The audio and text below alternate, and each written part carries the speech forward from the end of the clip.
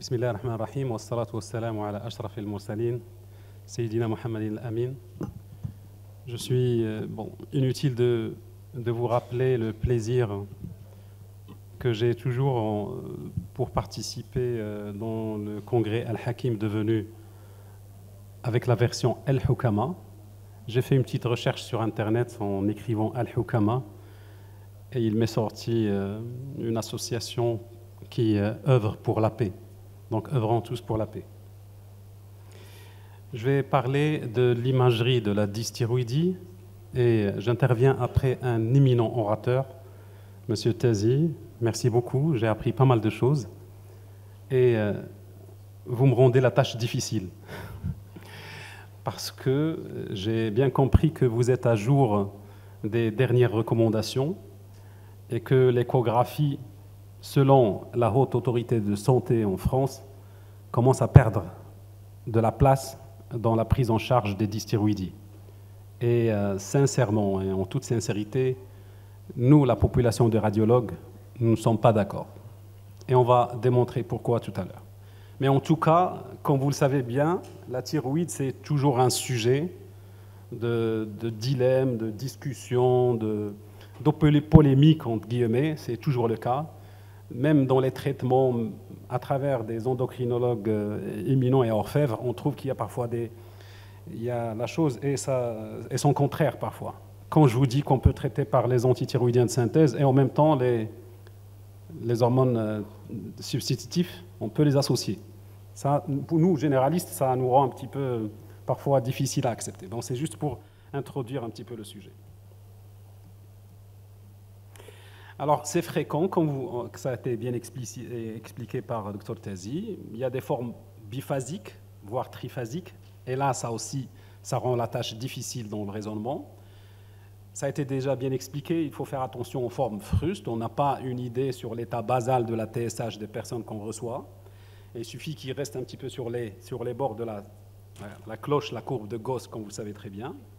La clinique, la biologie approfondie, l'échographie pour nos radiologues, mais aussi pour le généraliste qui s'y connaît un peu, la scintigraphie dans quelques situations particulières permettent donc le diagnostic étiologique. Le but de l'échographie, vous savez que l'échographie actuellement, ce n'est pas seulement le mode B, c'est le mode B, Doppler couleur et Doppler pulsé. Et je ne peux pas m'empêcher, en vous présentant l'apport de l'échographie dans les dystéroïdies, sans parler de l'approche métabolique, c'est-à-dire de l'approche fonctionnelle, plutôt l'approche fonctionnelle du Doppler. Et on va essayer de le rappeler puisque nous, dans la grande majorité, moi aussi je suis généraliste comme vous, et je le dis toujours, la médecine de famille ou la médecine générale en général, c'est la spécialité la plus dure parce qu'on doit avoir un niveau de base qui est éminent sur l'ensemble des spécialités. Tout à l'heure, on avait présenté une échographie de l'épaule, on parlait traumato, orthopédie, rhumato. Là, on parle endocrino, demain ORL, etc. Donc, c'est pour vous dire que c'est toujours difficile. Donc, on va essayer de simplifier les choses. Et je veux bien qu'il y ait une certaine interactivité entre nous. Ce n'est pas un cours magistral, vous pouvez m'arrêter. Et on va discuter, je vais poser des questions tout à l'heure, parce qu'il y a des cas cliniques aussi. Les deux seules personnes qui ne doivent pas répondre, c'est les orateurs, bien sûr. Non, c'est à la fin. Alors, Doppler, ça paraît complexe. C'est toujours, quand on a un clavier d'échographie Doppler devant nous, on a l'impression d'avoir un tableau de bord d'un avion de chasse. Il y a plusieurs boutons, on se perd au départ. Mais je vais essayer de vous simplifier un petit peu la tâche. C'est chronophage, c'est peut-être peu utile, après tout. Non, c'est très utile, ce n'est pas chronophage, il suffit de s'y mettre. Rappelez-vous le premier jour où vous étiez devant une machine d'échographie. Vous vous dites certainement un jour que jamais je vais apprendre cette technique. Et là, alhamdoulilah, vous êtes bien. Alors, il y a un clavier simplifié que je présente à chaque fois. Je n'ai pas l'intention de donner les détails sur le clavier. Il y a les réglages mode B, il y a les réglages Doppler couleur, que ce soit la taille du parallélépipède, l'inclinaison du parallélépipède, la saturation, c'est-à-dire l'augmentation du signal couleur, la diminution ou l'augmentation des PRF, c'est-à-dire des vitesses, l'inversion du flux, c'est-à-dire le bleu-rouge éventuellement, et la même chose en Doppler pulsé, on va essayer d'incliner l'angle de tir, de diminuer la ligne de base, d'augmenter ou diminuer les vitesses pour avoir un tracé correct, et à la fin, ne l'oublions pas, on va parler avec la machine en lui disant c'est dans cette direction que notre vaisseau est orienté. On va vous montrer à travers cette petite vidéo qui parle du Doppler carotidien. Là, on a allumé le Doppler couleur, On a adapté la taille du parallépipède, on l'a adapté, et on est en plein vaisseau. Regardez, toujours il y a un abord pathétique, un abord avec un angle plutôt aigu. Ce n'est pas comme l'imagerie 2D, où l'on est obligé d'avoir une image à 90 degrés. Puis après, on va demander la ligne de tir du Doppler pulsé qui va nous calculer à tout moment, pendant le cycle cardiaque, les vitesses circulatoires. Ça, c'est la systole, ça, c'est la diastole. Cette fenêtre ou gate ou simple volume, ça permet de choisir un échantillon sur lequel on va mesurer. Pour les artères thyroïdiennes, il va falloir ouvrir cette fenêtre et la mettre pour occuper tout le vaisseau parce qu'on va calculer tout à l'heure le débit. Il faut avoir un angle de moins de 60 degrés parce que dès qu'on dépasse un angle de 60 degrés, les mesures de vitesse seraient erronées. Alors, qu'est-ce qu'on mesure en Doppler? On mesure la vitesse maximale, c'est-à-dire le pic systolique, c'est ce que vous voyez ici. On mesure la télédiastolique, l'index de résistance éventuellement, mais c'est surtout la vitesse moyenne. Regardez, c'est l'ordinateur, c'est un logiciel qui permet de calculer la vitesse moyenne au sein d'une artère. Et en calculant cette vitesse moyenne, en appuyant juste, ce n'est pas à nous de le faire, c'est la machine, c'est le logiciel, c'est le soft qui le fait, il va calculer, lui, le débit, et on va pouvoir, en calculant le débit, on va pouvoir avoir une idée sur la circulation. Donc voilà, c'était juste les règles de mesure d'un débit au sein d'une artère. Il faut ouvrir la porte sur tout le vaisseau, il faut incliner pour avoir un angle de moins de 60 degrés, et il faut calculer soit par les vitesses maximales, soit par les vitesses moyennes. Là, on est sur une artère thyroïdienne. On a ouvert la fenêtre, on a orienté l'angle, et l'angle est largement inférieur à 60 degrés ici. On a un tracé, on va avoir une idée sur le pic systolique, ici il est moins de 1 mètre par seconde. On a demandé à la machine de nous calculer le débit, il est à 39 millilitres par minute. Un rappel sur les artères thyroïdiennes. Je sais que c'est toujours une tâche difficile, mais n'ayez aucune crainte. Chaque chose difficile a un début. Regardez, vous avez donc la glande thyroïde ici, il y a les artères thyroïdiennes supérieures qui sont des branches de la carotide externe qui descendent comme ça, et il y a aussi l'artère thyroïdienne inférieure qui est une branche de l'artère sous-clavière. Elle émane d'un tronc qu'on appelle le tronc thyro-bicervico-occipital, et donc ça va aller irriguer cet endroit. Il y a des cas d'hypoplasie d'artère thyroïdienne, oui, mais où chercher ces artères? Alors, où les chercher? Vous allez mettre votre sonde bien droit en visant la carotide commune. Et puis, vous allez vous déplacer vers le dedans, recherchant le pôle supérieur de la thyroïde. Là, c'est le haut et là, c'est le bas. Et vous allez voir apparaître une artère qui serait plus facile à analyser en cas de maladie de base d'eau. Dans la maladie de base d'eau, on va savoir tout à l'heure que les vaisseaux sont dilatés, donc c'est facile à voir. Donc ça, c'est pour les artères thyroïdiennes supérieures. Par contre, pour les artères thyroïdiennes inférieures, l'astuce, c'est de rester au même endroit, mais de descendre un peu vers le bas. On descend vers le bas, et on cherche un petit trou, ce petit point-là, derrière la carotide commune, puis on tourne pour le linéariser, et on a l'artère thyroïdienne inférieure sur laquelle on peut faire un tracé. Donc ça, c'était juste pour vous montrer les techniques de recherche des artères thyroïdiennes supérieures et inférieures. Puis après, qu'est-ce qu'on calcule dessus? On calcule, bien sûr, les vitesses maximales. Par exemple, dans le cas de maladie de base d'eau, les vitesses maximales dépassent 1 mètre par seconde. Le débit dépasse 140 millilitres par minute. Dans les thyropathies auto-immunes, Hashimoto, on a des vitesses qui ne sont pas très élevées, qui ne dépassent pas 1 mètre, et le débit qui ne dépasse pas 140. Donc ça, c'était juste dans les formes biphasiques. On a parfois un doute, ça nous arrive d'avoir un doute entre base d'eau et Hashimoto. Le Doppler est là pour nous aider. Donc quelques exercices, je ne sais pas si vous allez participer. Regardez ici, on est sur le pôle supérieur. Qu'est-ce qui vous plaît? Là, c'est en 2D. Qu'est-ce qui ne vous plaît pas ici sur cette image? La fenêtre, ça ne sort pas très bien. Hein. La fenêtre ici, c'est pas comme ici. La fenêtre ici est bien verticale. On l'a inclinée pour chercher l'effet Doppler. Il faut l'incliner dans le sens de l'obliquité inférieure. Donc, c'est ce qu'on appelle la touche steer. Ici, les vitesses étaient trop basses. C'est pourquoi on a un aliasing. Là, c'est trop haut. C'est pourquoi on n'arrive pas à allumer carrément le vaisseau. Il faut régler les vitesses moyennes pour mieux allumer le vaisseau. Et là, bien sûr, là, on travaille avec une saturation très faible. Et quand on l'exagère, on a bien sûr de l'aliasing partout. Là, bien sûr, c'est bien réglé. En Doppler pulsé, quand vous avez un tracé comme ça, il va falloir augmentez les vitesses, mais pas trop, comme ici, mais réglez-la de cette façon-là. Et ne faites jamais de calcul de vitesse sans avoir réglé l'angle, c'est-à-dire dire à la machine dans quel sens est orienté le vaisseau. Fini cette partie, je sais qu'elle est difficile pour les gens qui ne pratiquent pas le Doppler, mais pour les gens qui pratiquent le Doppler, c'est vraiment du gâteau, c'est toujours utile. Je n'ai pas l'intention de vous passer toutes les listes et étiologies des dystéroïdes, ça a été déjà bien présenté par notre ami Dr Tazi. Alors, là, les challenges pour le clinicien, c'est quoi? C'est une symptomatologie qui est évocatrice, mais parfois incomplète ou équivoque. Une biologie qui pose parfois le diagnostic positif, mais rarement le diagnostic étiologique. Et des formes parfois sévères, méritant un traitement rapide et adapté. Alors, pour répondre à ce challenge, il y a les éléments cliniques, vous êtes beaucoup plus fort que nous pour ça. Il y a les moyens d'imagerie, on va parler d'échographie thyroïdienne et de la place de la scintigraphie, mais aussi les compléments biologiques.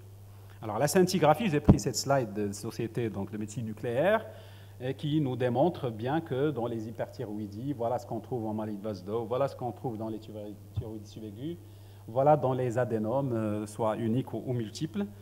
La scintigraphie a une place, mais bien sûr bien codifiée. Il n'y a pas de médecin nucléariste ici, j'ai le droit de dire du mal, il n'y a pas de problème. Non, je ne vais pas le dire. Alors, la Haute Autorité de Santé, dans cette fiche-là, nous dit que l'échographie doit être réservée au cas où l'on palpe une anomalie. C'est ça, Dr Tazi. On n'est pas d'accord et on se base sur, heureusement, qu'il y a l'European Thyroid Association qui nous dit qu'il y a encore de la place et l'américaine aussi, je ne sais pas si c'est Vetus 2015, qui nous dit aussi qu'il y a encore de la place. Donc, c'est vraiment un sujet de discussion. L'échographie, c'est anodin, c'est non irradiant et c'est pas coûteux. Et quand on dit Doppler des artères thyroïdiennes, ça fait partie de l'échographie thyroïdienne. Ça ne serait pas comptabilisé comme un Doppler particulier, parce que vraiment, c'est rien. C'est pas quelque chose de, c'est pas comme les Doppler de membres inférieurs où c'est très chronophage. Donc, ça rentre dans l'examen de routine d'une échographie thyroïdienne. Ça doit rentrer. C'est-à-dire juste après avoir fait les mesures, etc. Vous allumez votre Doppler énergie, vous voyez la vascularisation et vous faites quelques tracés sur les artères thyroïdiennes. C'est pas délicat. Voilà, donc on prend donc, par exemple les thyropathies auto-immunes et on prend quelques exemples, comme vous voyez ici, par exemple, en fonction des anticorps, soit les TRAC, soit les ATPO, vous allez avoir donc des images différentes. Ça, c'est dans le cadre de la maladie Basdow, donc on a un goitre qui est moins prononcé, on a des vaisseaux dilatés et on a des vitesses accélérées avec des débits élevés. Donc ça, c'est ce qui se présente donc, dans la maladie de Basdow. Donc ce qu'on appelle la thyroïde inferno. Inferno, c'est quoi? C'est l'enfer. C'est la thyroïde d'enfer. Alors il y a des formes dans la maladie de Basdow qui peuvent être unilatérales, et ça rend la tâche encore difficile. Des formes de passage avec les autres thyropathies auto-immunes, notamment la Hashimoto, les formes mixtes, les formes à passage tardif vers l'hypothyroïdie, et des formes qui sont avec ATPO positive. Donc, c'est ce qui rend encore la tâche difficile. C'est pourquoi cette approche échographique Doppler est toujours utile. On va voir ces cas cliniques ensemble. Patient de 60 ans consulte pour un état thyrotoxique, sans orbitopathie, avec un goitre de volume modéré, son nodule palpable, TSH effondré, T4 libres sont accrus. J'ai appris quelque chose, donc T3, ce n'est pas très important. Comme le titre, les anticorps, donc les TRAC sont voilà, 5,2. Vous penserez à quoi? Basdow, d'accord. Est-ce que vous êtes d'accord? Si c'est un Basdow, est-ce qu'il faut demander une scintigraphie?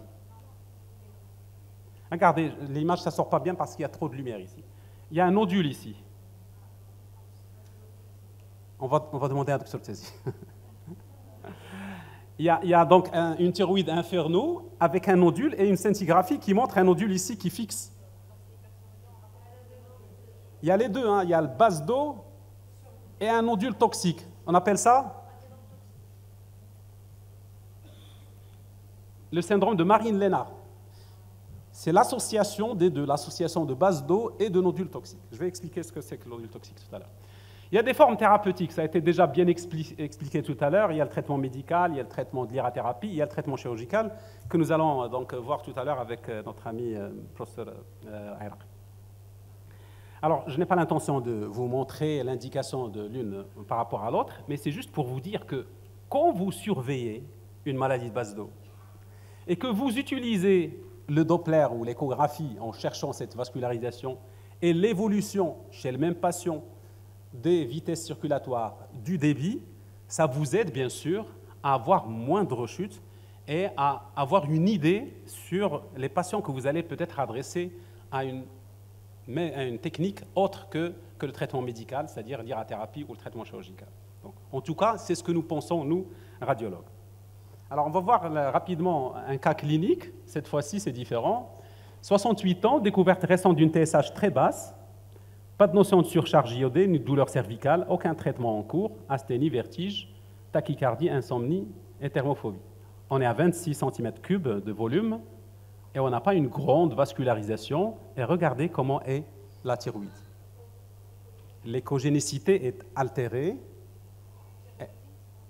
Voilà. Mais on a une TSH très basse. Est-ce que ça peut coller avec une maladie de Hashimoto?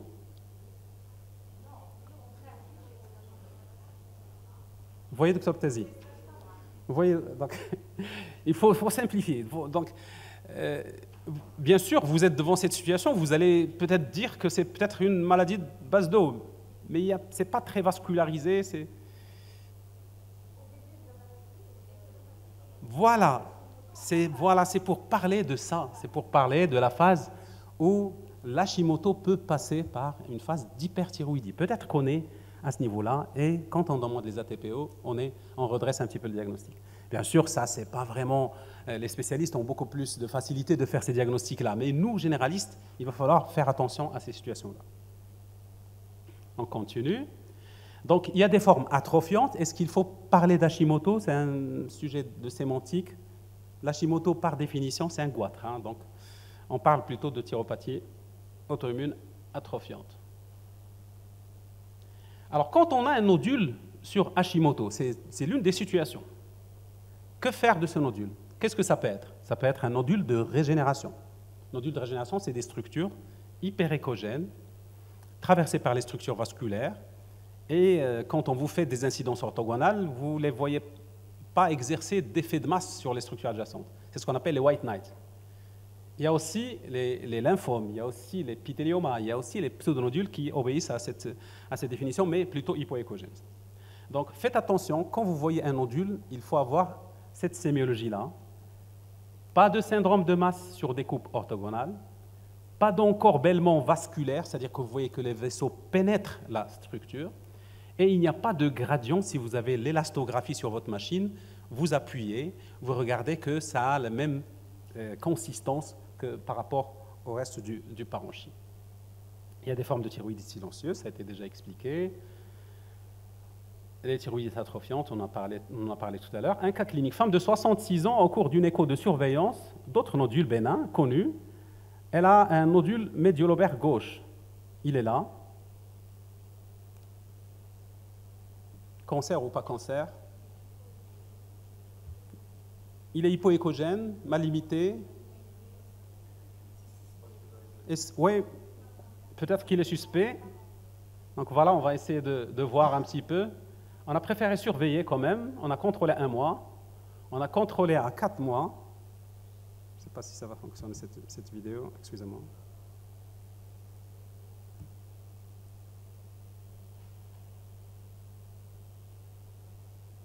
Et ça a disparu. Donc on ferait attention à la douleur. D'accord?